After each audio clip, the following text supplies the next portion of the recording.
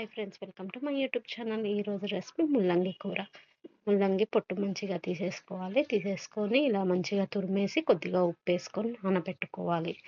ఒక ప్యాన్ తీసుకొని ఆయిల్ వేసుకొని జీలకర్ర, ఆవాలు, పచ్చిమిర్చి ముక్కలు నూనెలో మంచిగా వేగాలి.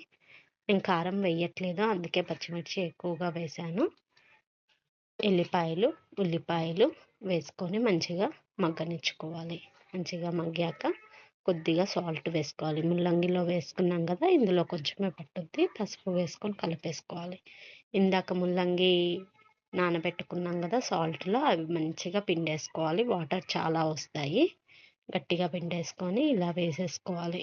వేసేసుకొని కలుపుకొని ఒక 5 నిమిషాలు మంచిగా ఉడికించుకోవాలి. మధ్య మధ్యలో కలుపుతూ ఉండండి. చూసుకొని కొద్దిగా ఉడికింది అన్నప్పుడు స్టవ్ ఆఫ్ చేసేసుకొని చపాతీలోకి చాలా బాగుంటుంది.